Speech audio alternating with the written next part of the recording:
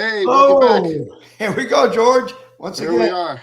make sure I turn my volume down. Everything's ready to go. Yeah, and You at know, least we are functioning good tonight. we Things are are working going good. full strength, full bore. I'm sure people are just pumped up because they went out and just tore them up this weekend, Yeah, I bet. or they got tore up. One of the two. The fish, actually, they didn't have to leave their house. They just cast a line outside. That's right. Hey, Ken. Ken's online. Uh, Let's see. and Alejandro's on, and Khan is on. Hey, we already got a bunch of people online. Way to go, everybody! We We got want to a, thank you very, very, very, very much for tuning yes. in. Yep.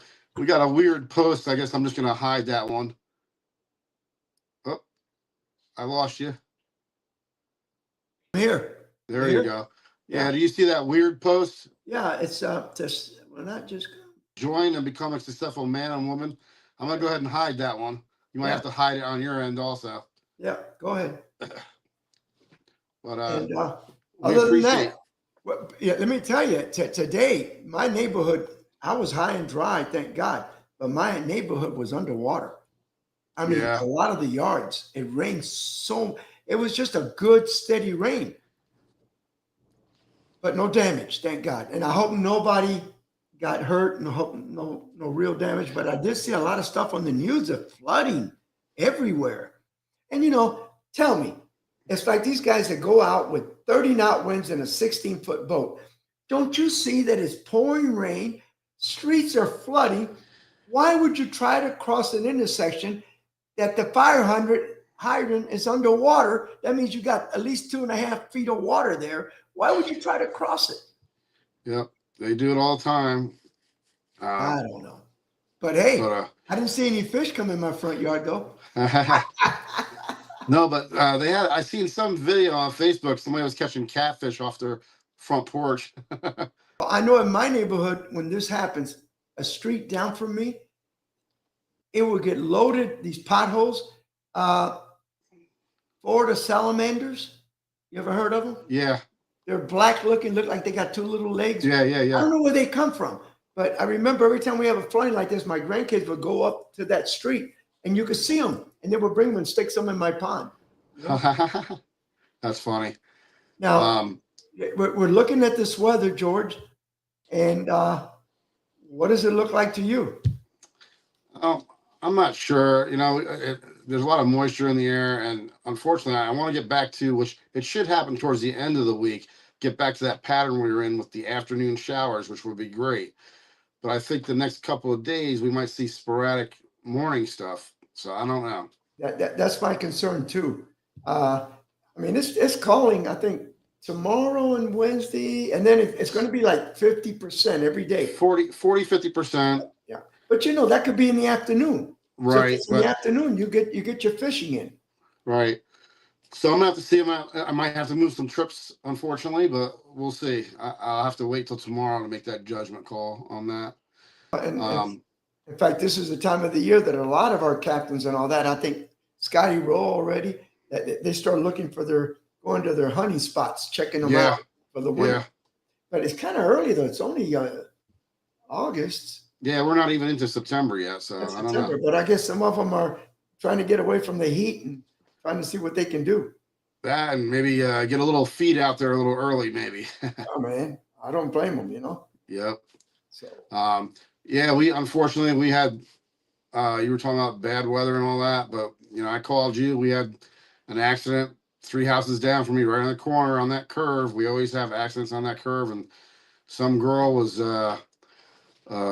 just driving too fast. She might have been under the influence, possibly, and next thing I know, there she was running down up the road to get away from the accident in a bra, bleeding down the side of her face. But cops end up going down that way. I mean, you're not going to get away. I mean, she should have if just you own the stayed. car, Yeah. they know where you're at. Well, the worst part was the girlfriend was actually pinned in the car, and they Oh were man.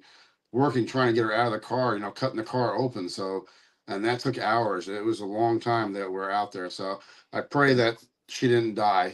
That's the thing. Like crazy people.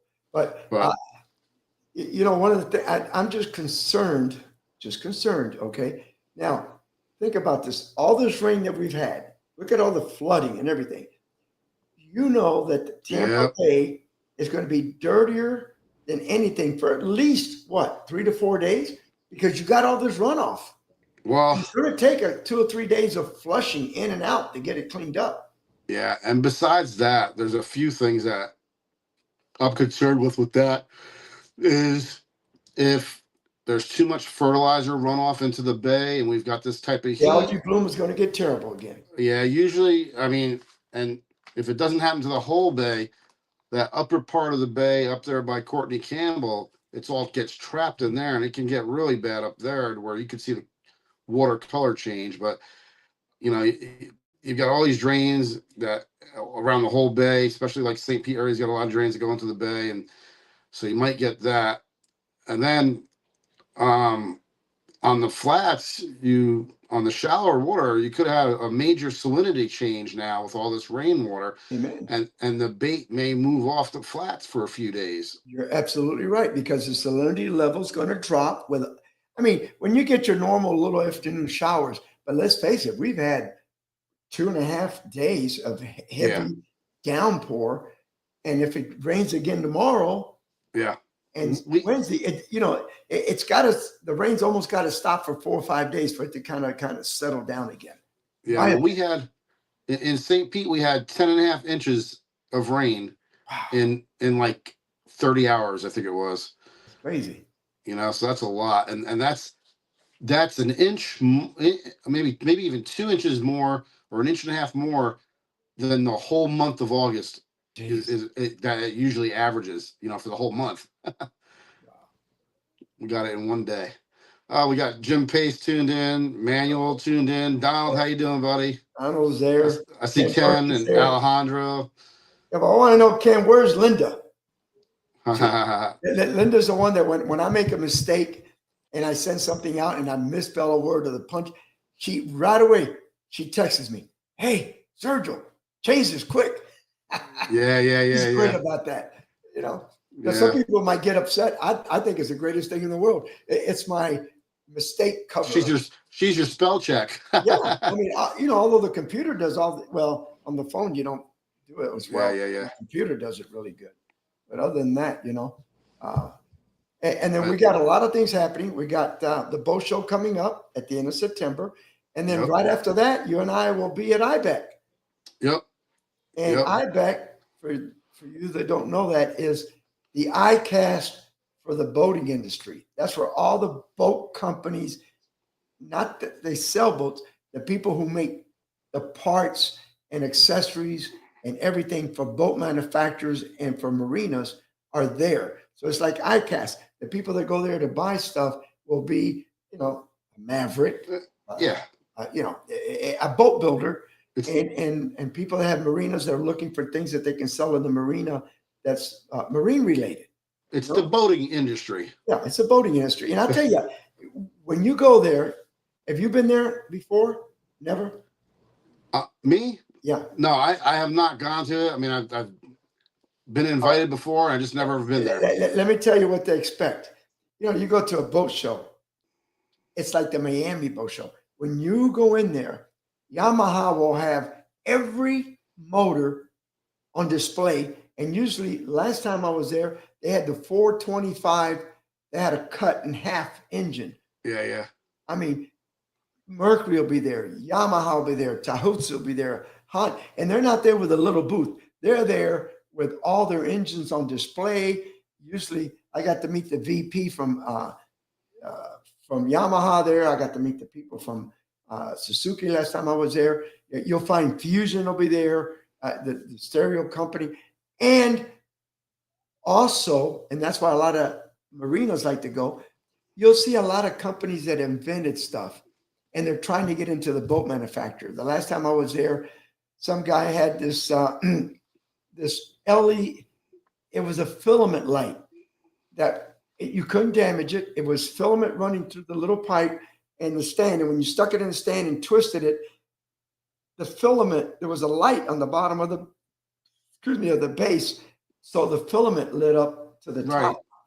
You know, I mean, these little things. The guy had the new seats with shock absorbers on it, this new style for like the Coast Guard or the Right, police, the right. chase boats that you can hit 6, 7 foot waves and not tear your whole back. So you're going to enjoy it. We're going to have a good time. We're going to spend the whole day. You're going to get to see a lot of neat things that you won't see anywhere, not even the Right. Miami Boat Show.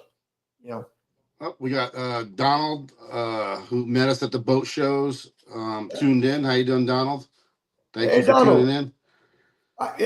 any more any more kayak stuff coming up pretty soon? Oh, well, we got two different Donalds. We got Donald Waverman, and then Yeah, we I got wonder if Donald he's that, got a kayak thing coming I up. don't know. Donald, do you have a event coming up? Let us know. Let us know. Then same thing, like at the boat show, we're gonna have fins out there, like you were saying. Yeah. So, and This is going to be there. You're right. we're gonna be doing the raffles for free fins line. Every seminar, everybody's going to get a ticket, and 2 people will win a pack of fins braided line, $20 pack. So Sure. it's not bad, and that's every. And then if you notice, for y'all that have been going to the boat shows, except for like George and I, we've got Mike Haynes from Crystal River. We got Richard, which out of Hudson. That he was a big redfish tournament guy, bass tournament guy, and now he's a saltwater guide and everything else. He's going to be there talking about fishing that whole area with a shallow draft boat. Mike Haynes will be there. So I mean, we've got a lot of new faces, a lot of new speakers that you never heard before, which I think is going to make it very interesting. And different areas too, so that's gonna Right. mix it up a little bit. Not In case somebody just wants to, takeaway. a lot of times people want to do a little staycation and just go someplace not too far from home. That's a good little way to. And I think your topic is very good. How to catch fiddler crabs on the flats. Yeah, that's funny. How to stalk fiddler crabs on the flats. Yeah. Not for nothing. Yeah. Somebody would go to that because They sometimes wanna learn it's hard to catch them fiddler crabs. They'd probably want to hear about how to that, catch your limit. Yeah. Fiddler crabs. right? I'll tell you, my favorite way though used to be for fiddler crabs was just having one of those little small, the little, I don't know, maybe 2-quart bucket, the little bait buckets they used to sell, the cheap ones. Dig a hole, put that sucker in the hole, wait till they come back out, and then chase them, and they just all fall right in the bucket. Yeah, It was I used easy. to have two little boards about 3 foot long. And Right. I put the bucket kind of buried a little bit into the ground and put the boards like a wide V. Yeah. And then you would just spook them. And when they started running, the boards would force them into the bucket. Right. And you just got the bucket. But I hate to say it, unless somebody that's listening can tell me that those days are gone.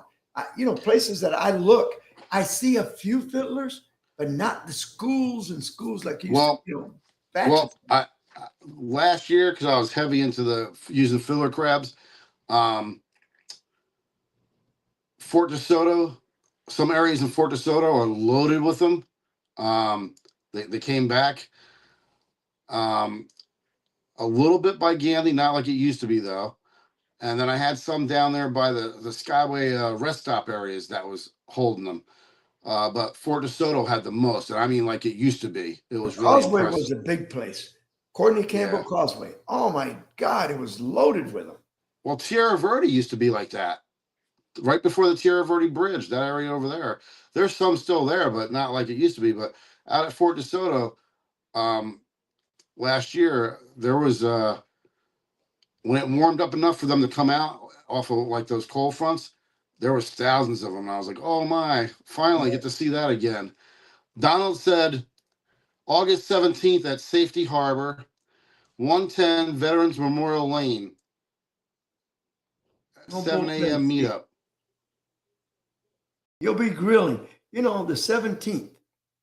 If I'm around, I'm going to go to that. I've I'm been not going wanting to fish, Donald. I'm going to eat. That's funny. I'm going to go over there and go to eat. And then you never know. I might take the camera and do a little bit of videoing and put it on the show. I'm writing the address down. I know it's that park. I know where he's talking about. It's what? It's 1110 Veterans Memorial Lane. Yes. And no boat ramp fee. I mean, I would like to go and support him, and I want to eat his food too. Well, the last one, he had one, I think, over here by Bay Pines, and I was going to go to that one, and then I ended up getting booked with a charter, so I couldn't go. And I was like, ah. Don was like, come on by.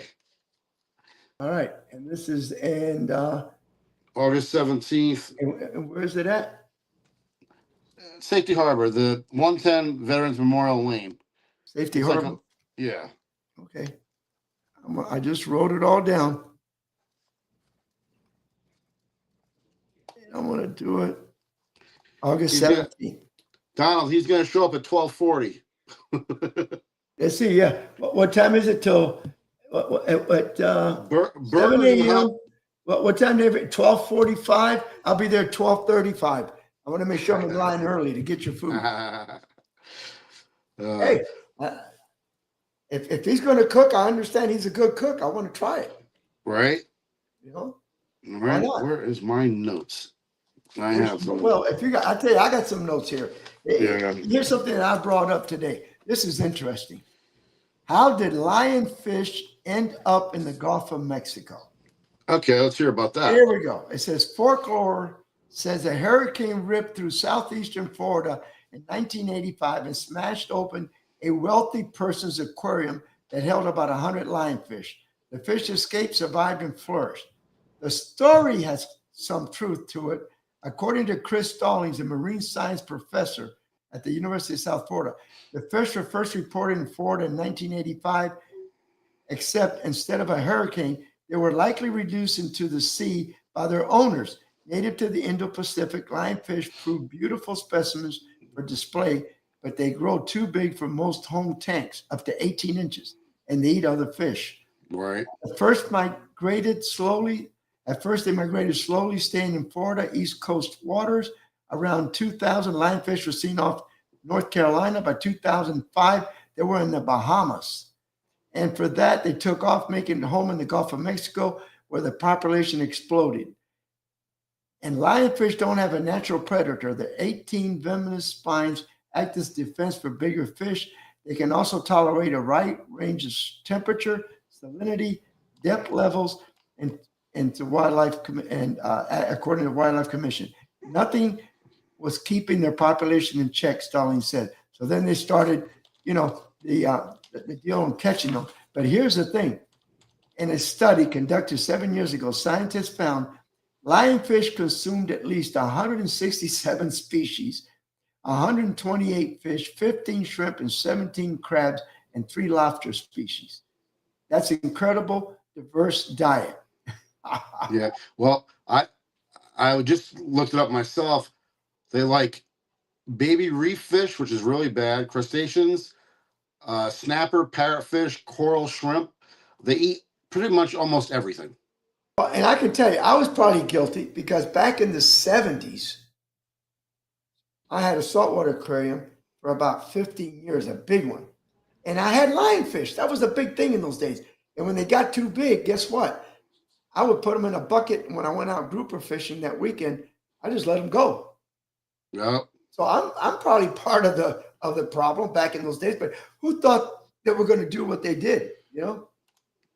Oh, they got you on tape now. They're coming for you. No, I mean, there's nothing wrong with that. You let them go. I mean, there was no law against releasing lionfish.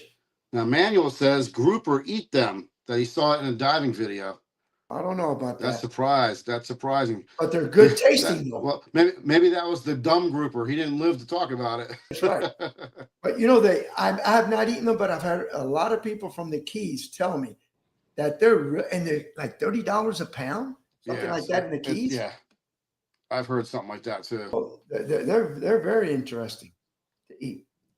Well, here, let me get on my notes now, and I'll get you aggravated. All right. Yeah. Well, let me start by saying the whole Friends of Pelicans group audio. Me? Yep. You. Can you hear me? No, you're getting a lot of static all of a sudden. I'm gonna go out and come right back in. All right. Go on. Come back in. All right, George has got to go out and come back in. Once in a while, I think his phone starts to act up. Manuel, they make good ceviche. Oh, bro, you know, I understand in the Keys, they're selling them for like $29 a pound or some ridiculous amount. I tried. Hello, one, There two. you go. You're back. 1 2. You're back. Once in a while, something Sound goes wrong. I good? don't know if it's your headphone or what. I don't know. It's weird, but then when I go out and come back in, it's fine. It's good Yeah, it's again. fine. You're okay. So the friends of Pelicans, they've been a pain in the butt, and it's like, I don't have a problem. If you want to be a supporter of Pelicans, you want to protect them, that's good.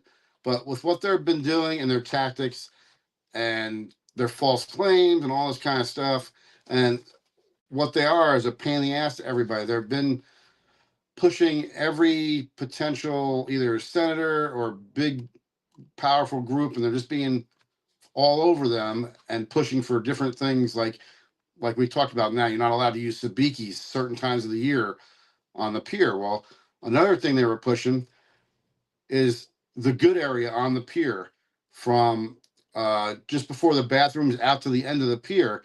That's what I consider the real good area Right. for your grouper, your kingfish, your big bull reds come in there also. Everything. Yeah. Well, they were pushing to have that section closed or to where you weren't allowed to drive a car past that certain point. Okay. So then they've been pushing for that. They were pushing for closure of the whole pier. Okay. To try and get the whole pier closed. Of course, probably both sides. But see, that's a tactic also. Let's say they just want half the pier closed. Now we're going to push for the whole pier. And then if they get the compromise, they win. You'd have to pier. Yeah. And here's some of the things. Jeanette Edwards seems to be one of the names that keeps popping up for pushing for all this garbage. But if you go to my Facebook page, Fish Hunter Fishing Charters, you can click on the petition to keep the pier open. And we need as many signatures on that as we can get. And then you can share, once you do it, you can share it on your Facebook page. The other thing too, these politicians got to remember, there's a lot more of us than the pretty bird guys. Yeah. And if they start messing around with us too much, they're going to regret it. Right. And per year, there's over 300,000 anglers that go to that pier. Okay. And then the other thing, we're also pushing basically is families that can't afford a boat, kids that want to learn how to fish. You have young kids. You're not going to go out on a fishing charter and pay that kind of money when you can take them to a pier. Right. And that pier, 4 hours of fun.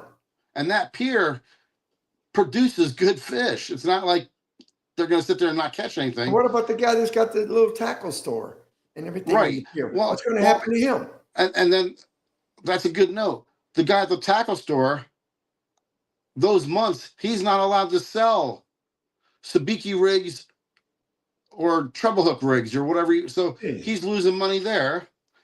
And then just a couple of things that from 2020 to 2023, some of the things they've requested or demanded. This is just a couple of things, but at least they've requested for at least 6 different types of closures of the Florida state parks, including Fort DeSoto Pier. So now they're not just doing the Skyway, they're trying to target that. And then during COVID, they were trying to use COVID to their advantage, saying, well, you got people gathering on a pier, so we really need to close that. Oh, crap. So they were doing anything they could, even from back in COVID days. Like I said, they were trying to close half the pier, then they're trying to get the whole Skyway Pier closed. Then they tried putting this in there because they're trying any tactic that if they cave into any of them just to shut them up, they're gaining ground on us. Then they tried to get them to close it from Monday through Thursday and only have it open on the weekends for fishermen. Then they tried to do close it at sunset until sunrise.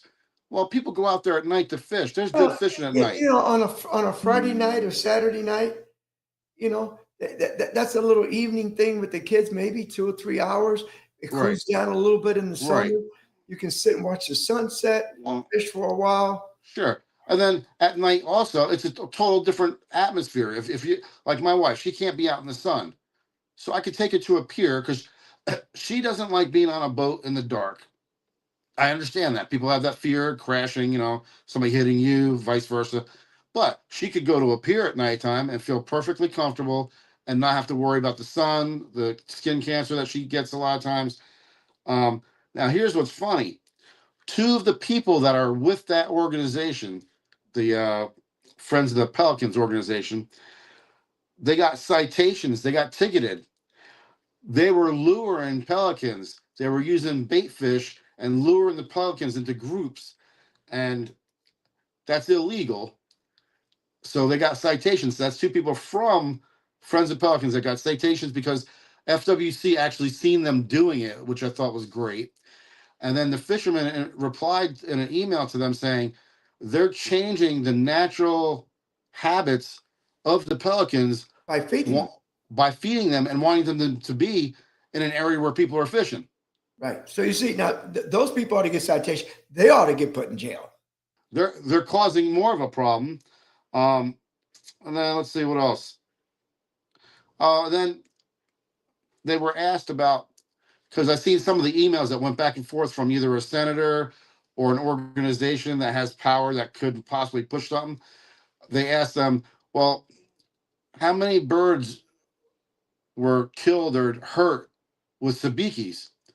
And the reply was, well, we don't know how many were hurt from sabikis. It's like, oh, but you can push for a closure of a pier. Yeah. And So take everybody's rights away. Yeah, they And have you don't even have the facts. Yeah, they had no substantial data. And then remember they were saying that pelicans were getting scalped for a while there, and tortured was the other thing. And then they were saying they were cutting their flying feathers off so they couldn't fly away. They went to the extent of saying, because they were saying it was happening at nighttime when almost nobody was there, and that's why they want the closure from sunset to sunrise. Okay, that was one of the excuses. And then they were saying we're not so sure that the people aren't cutting the feathers off so they can't fly away, and then at night when they come back they can just grab the bird. It got really ridiculous. And George, think about it. If by accident, and it could happen, sure, one bird got hooked by a sabiki rig and it broke it off. Those little go hooks rust out in 3 days. Yeah, in salt water. Those hooks will be gone. It won't hurt the pelican. Okay, but right. I just don't. It's the same old story in all these different scenarios.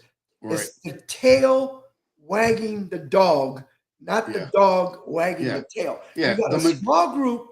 Yeah, making the big group do what they want. Yeah, and all it is because they've got a little bit of manpower and they've got everybody on this kick. So they're basically the squeaky wheel gets the oil. They're nagging them to the point of, well, let's give them a little something so they shut up for a while. So they leave us alone. And that's all it is. And it's not right. And like I said, if you guys go to Fish Hunter Fishing Charters on Facebook and the petition is there, if you click on it, you'll sign the petition. If you want to, we definitely would appreciate it because first thing's gonna happen. It's the pier. Then the next thing is gonna be a park. If we don't stop it, it's just gonna keep going and going. So if you go there to my page, you click on it, it'll let you sign, and then underneath it, if you want to make a donation to it, you can, but you don't have to. But underneath it, you can click on share, and then you can put it either on your Facebook page, and we need to just blow this thing up and get it out there so we can get a lot of names on that.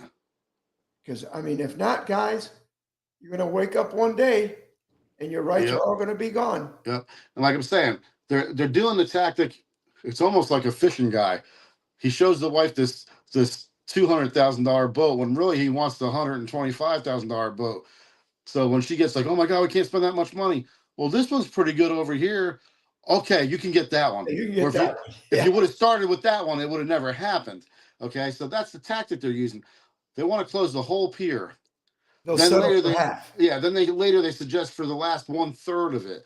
Then it's let's only have it open from Friday to Sunday, and they chip away and before you know it, the whole pier is going to be closed. And then once that one's closed, they're going to go to Fort DeSoto Pier because they've already tried to close it during the COVID time, saying that which is totally stupid. That COVID, oh, people are gathering on that pier and it's bad for COVID. We need to shut it down during COVID.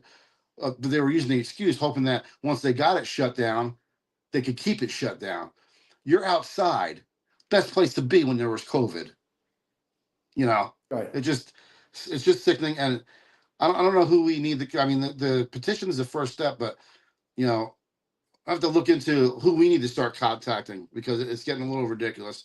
Or what lawyer that loves fishing wants to get involved, or you know, That's, I mean, somebody. you know, we need some attorneys, one or two that love to fish and say, hey, let me donate some time and let's get this and let's push to stop this nonsense, you know? Donald said he went to my page, and did you go? Not my Captain George Hassick. You got to go to Fish Hunter Fishing Charters page. Fish Hunter Fishing Charters Facebook page, and if you scroll on my feed, it should be actually the top thing. I just did it tonight, and you should be able to click on that. Let's see what happens. All right. Well, let's see. Let's get You want to do Tony or something? let's get Tony Franklin. Yeah. Yeah, let's do Why not? Tony's. Hi, Captain Tony Franklin back with you with this week's fishing report. The bait has been a little bit tough getting it. There's plenty of bait out there. A lot of it's real small. A lot of it's getting gilled in the net, 1/4-inch mesh. Having to pick out a lot of baits. What I've been finding is if you get out there early, there's bigger ones there at first just before the sun comes up, maybe 35 minutes before the sun does come up. Once the sun comes up, you're going to get a lot of smaller baits. The key is to get there early, throw on the bigger baits, chum them up, throw on the bigger ones. You're going to get some gillers, but you're going to get less gillers by getting there early. So that's a tip if you're going out to get bait on the grass flats. With that being said, the fish do not care what size these baits are. They'll eat them all. They can't make them small enough. You got to go with a number 1 hook. 1/0's a little bit too big. You want to pick through and get the bigger ones that you can get on there and chum the little ones that aren't usable. And I'm telling you, the mangrove snapper, the trout, everything's been biting them. Trout bite has been good in 6 feet of water, 7 feet of water. Look for thicker grass. Been Spanish mackerel also mixed in with these fish. There's been some sand trout, spotted sea trout. We're catching bonnet head sharks in the same area. We're catching snook in a little deeper water and deeper potholes away from the mangroves. As it's really, really warmed up, these snook are not up against those mangroves all the way in. So you got to look for a little deeper, cooler water if possible. You want to fish early. You want to be off the water by noon. So right now, there's been a few redfish caught also. I've been catching a few bluefish. There's jacks, ladyfish out there for action, mangrove snapper. They're around rocky structures, pilings, those type of rocky structure areas have been working real good. They're around the bridges. There's some black drums still around some of the bridges. So that's my report for this week. Tight lines, and I'll see you on the water. All right. Well, this is the time of the year, George. You know, things get a little slow this month with the heat, especially with this kind of weather. And a lot of the guys actually, a lot of them are taking a break because this is, I think, isn't this the last week of kids camp? I think so. Yes. So a lot of these guys have been on the water 8 or 10 weeks straight, 5 days a week, and Sure. They're ready for a week or 2 off. You know. So, hey, All right, Roger, Donald. it's on board. Hello, Roger. Hey, Roger's on. Yeah. Donald said he went to my page, and I just went there, Donald. Fish Hunter Fishing Charters Facebook page, and then if you scroll down on my feed, it's like the first or second thing you'll see where it says you kind of click underneath the picture. You'll see like a square picture of a petition, and right underneath that it says if you want to help, like click here and try it again. But we need to get that out there and share it as much as possible because I don't like the ground that they're achieving. No, and you know, if we fall asleep at the Right. wheel, we're gonna wake up and find out that there's nothing to drive. It's all gonna be gone. Yeah, because if they get them to do it to the Skyway piers, then they've got something to take to court to say, you know, Oh, we got these this done. closed. Yeah. We got this closed, and everybody agreed with it, and that's why we should close the other 2 piers at Fort DeSoto. And you know, this just leads to other openings of other things that's related to fishing. You know, so It's and just bad for all you news. grouper fishermen, hey man, I hope you enjoy that 16 days of grouper you got coming up. I know, right? 16 whole days. You're gonna be able to. And here's the thing: where do the mentality comes from? They know that the average person only fishes on the weekend. The average Joe Blow, that's a working guy, the blue collar, the regular hardworking guy, he works all week. He gets maybe a day off during the week. He can take a day off, but what is it? Normally Saturday and Sunday.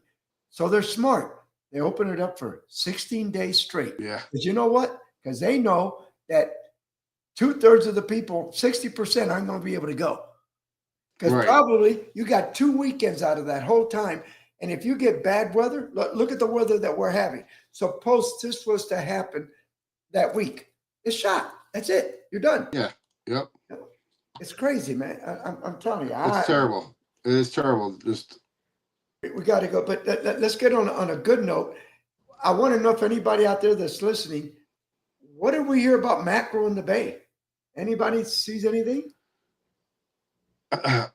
well, you know, I wasn't out since, you know, before the storm. Before the storm, you know, we were getting some still, and But they were not a lot. not a I lot, but was the getting ones you they were, were big, but right. not a lot. That's the thing. That was the trade-off. Not a lot, but every one you got was 20 to 25 inches. Yeah, they were good size. But again, those big schools that we used to have, I didn't see them this year. Early Right. in the year, we had a little run, remember, for about 2.5 weeks, Right. and everybody was cut. And then all of a sudden, like now, maybe the bait situation, it was, you know, wasn't a lot of bait. But now, I mean, the last 2 weeks, we've had tons of bait. I mean, we had a lot of that might have Oh, been yeah. a little small, but it was bait that they would eat all the time. Oh, yeah. And the other thing that you don't see much anymore, what happened to all the bonita guys and ladies? Where'd all the bonitas go? I don't know. I used to fish for those more down by the Skyway in Egmont, Yeah, which I but haven't. you don't see them. I used to inside the Skyway between Bishop's Harbor, Skyway Bridge, and Pinellas Point.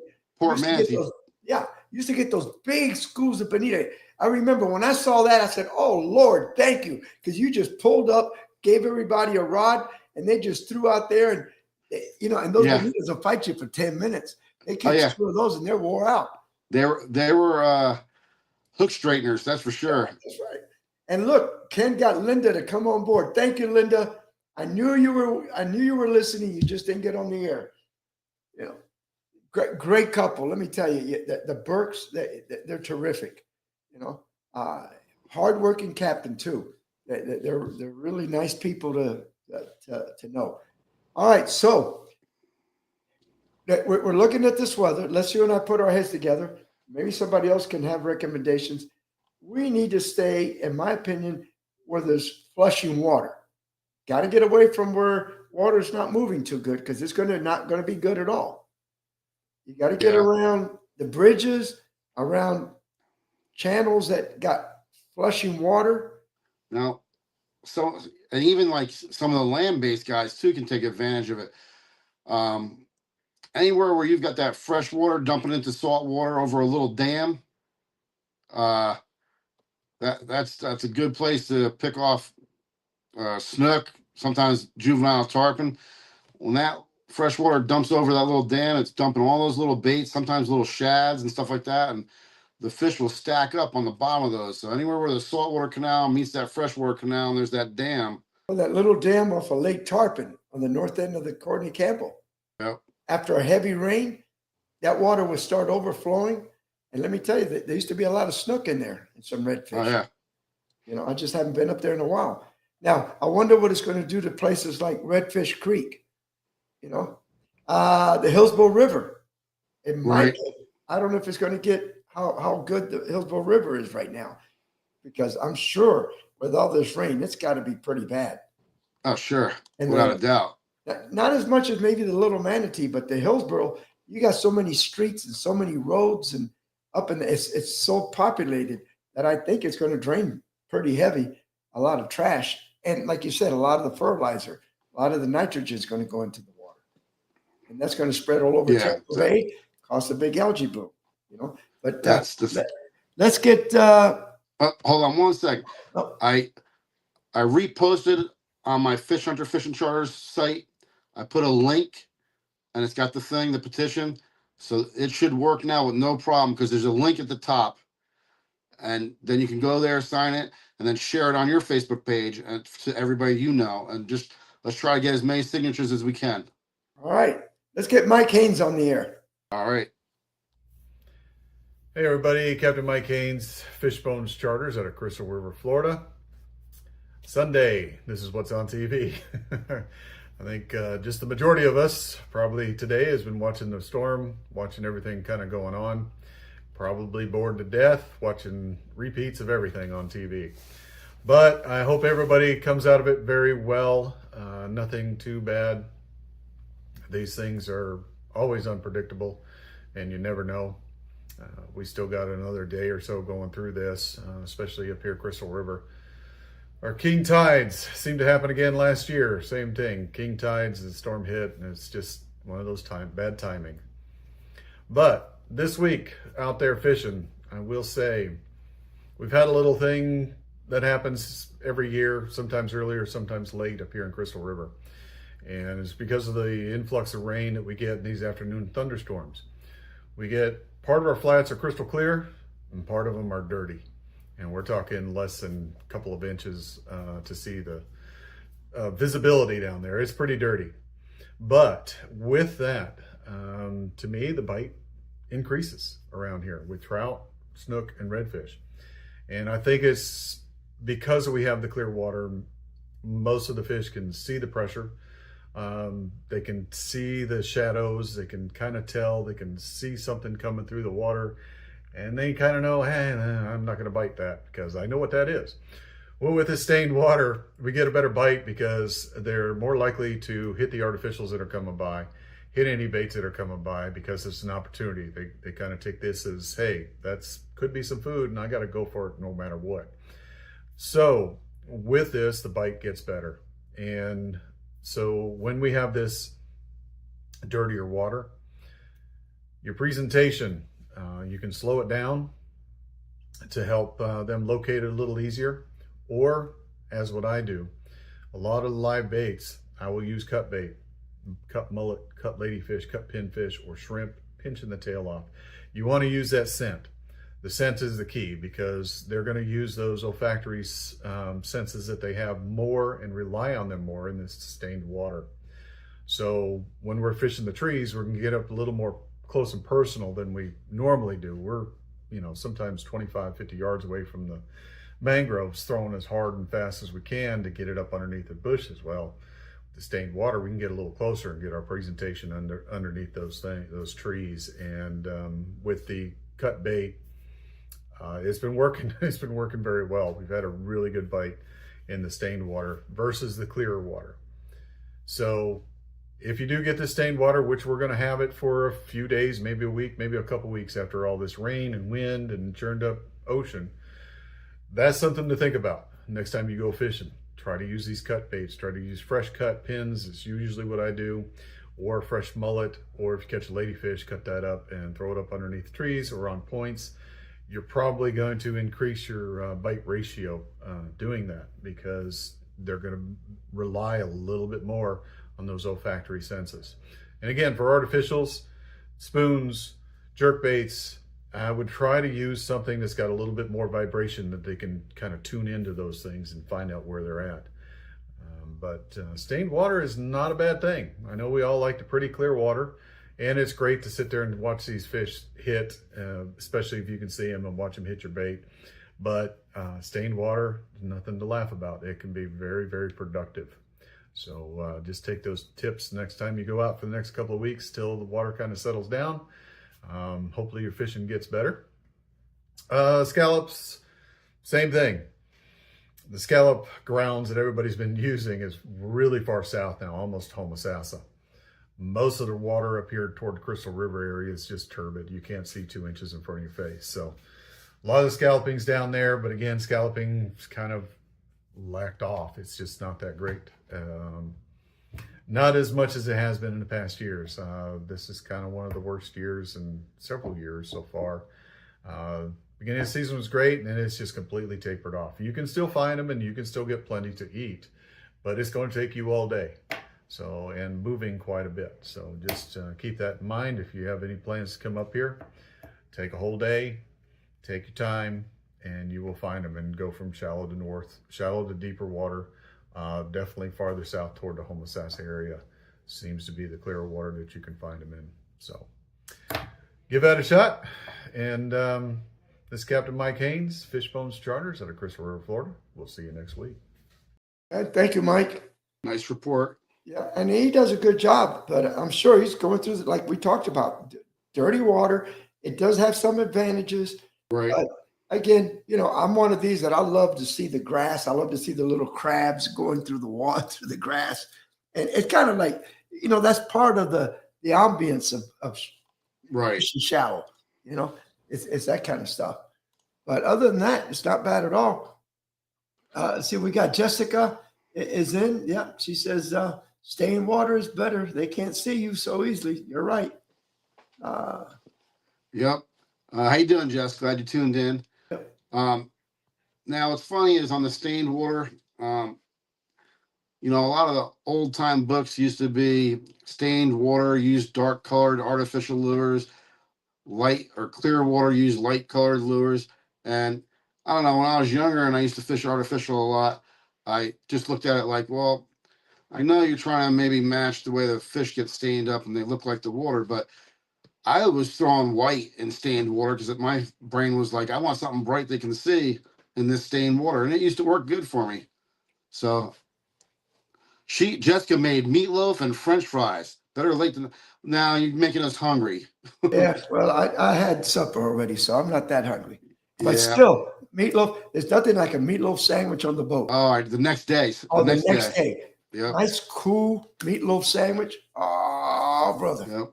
I had meatloaf about 5 or 6 days ago. Barbara made meatloaf. We hadn't had it in a while, so that's kind of funny. Well, It was good. let's get Bucky, and then we have you. Good afternoon. It's Monday afternoon on a windy, wet day. My back of my house is like a flooded swamp right now. So just the backyard. Everything else is great. Never lost power or anything. Only got out a few times this week. Bait's still really small. First day out, I went with my neighbor. He wanted to throw some artificial, so I didn't really try to catch bait. We landed a few nice little redfish, a jack. Tried to get some tarpon on artificial, just couldn't get him to eat. So then his back started hurting him. I dropped him off. I went around looking for some more fish, caught a nice redfish, and then I saw a bunch of finger mullet. So I netted the finger mullet and ran all the way back to where the tarpon. And within an hour, I actually went 1 for 8 on tarpon.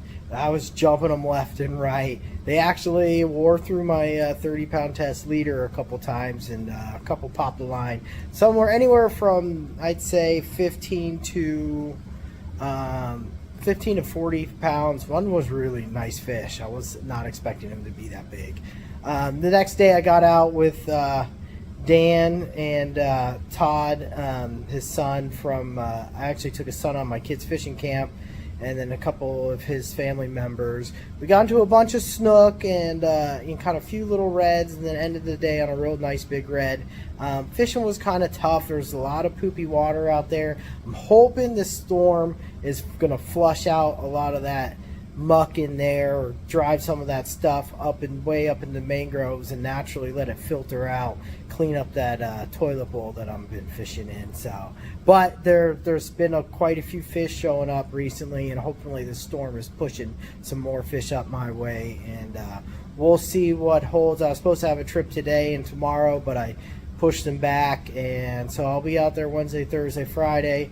Hopefully we can get something going. I don't know if I'm going to really run in the dark trying to get bait. I might just buy some cut bait and maybe hit one of the close bridges, but I'd rather be safe than sorry. Anyways, hopefully you guys are a bit safe and you weathered the storm, and I'll talk to you soon. Captain Bucky Goldman, Bag and Fishing Charters. Thank you, Bucky. Those are nice little tarpon. You know. Yeah, that's fun size. That's the fun size. You know, and how many times has that happened to you and to me? You've had a charter, and things are kind of so on the way back. If you're leaving them somewhere else, you stop somewhere just for the fun of it, and the fish are fighting like crazy. Yep. You never know. Yeah, and that size is fun. Years ago, before they pulled the St. Pete Pier apart, we used to have a lot of tarpon inside the marina right there. I mean, a ton of them. And man, sometimes at the end of the day, and you had to dump your live well out, you could dump it out inside the marina, and the tarpon would just, it was like snook fishing for tarpon. Yeah. They would be blasting the baits like snook would when you chum.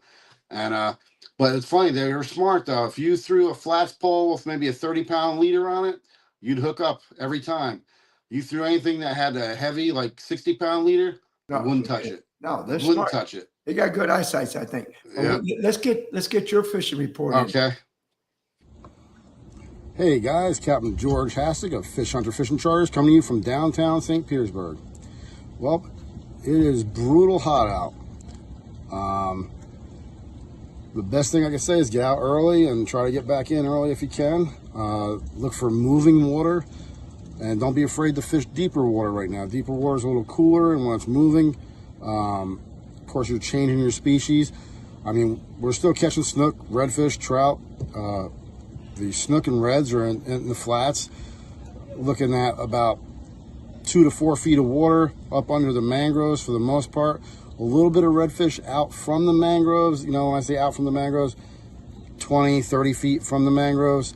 But they're all pretty much hanging near and or under the mangroves. Almost all the snook we're getting right now are coming out from underneath the mangroves. You've got to make a good cast or use the current. If you can find an area where you can cast up current and let that bait drift underneath the tree line, that's a perfect scenario. It's such a natural presentation, and it can get you under there, and you really can get a lot of hits doing that technique.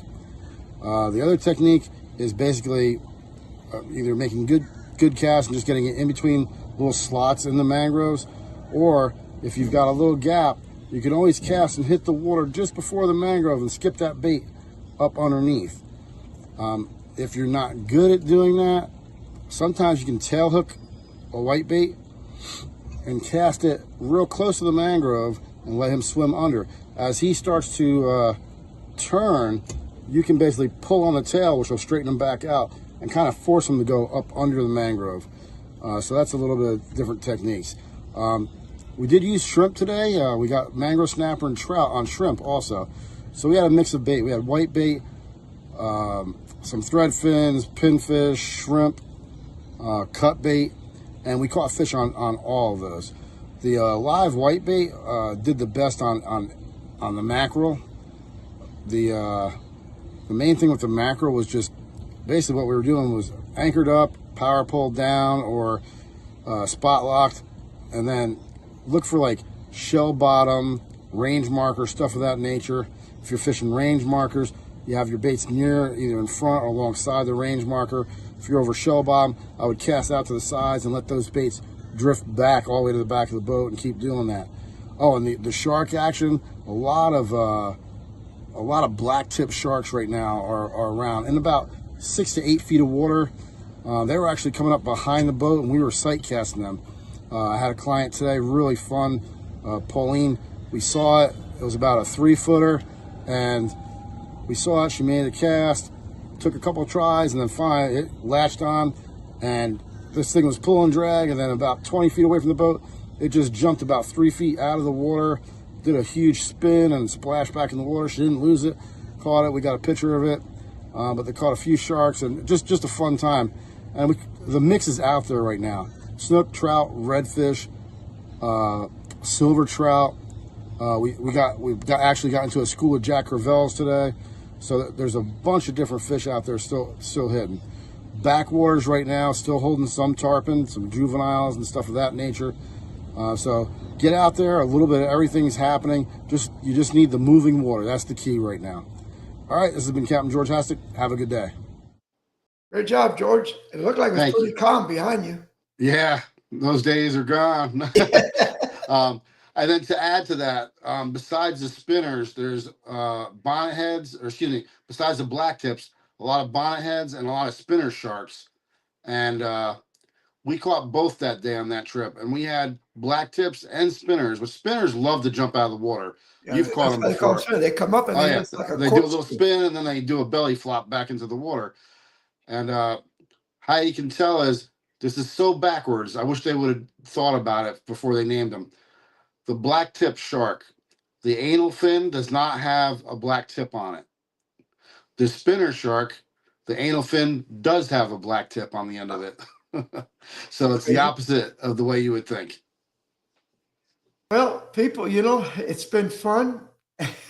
What can I tell you? I hope that next week when we're talking on Monday night that we can say the weather got turned really nice and everything got red hot.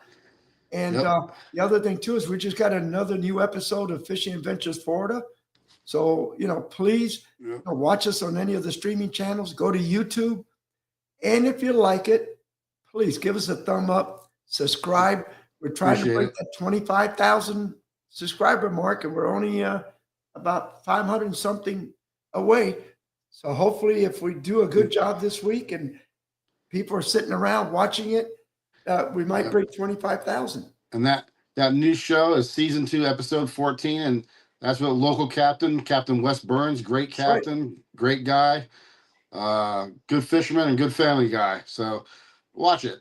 Support the channel, support the captains that we use also. That's right. Just because remember, they're the guys that are out here all the time. They support us. We need to support them.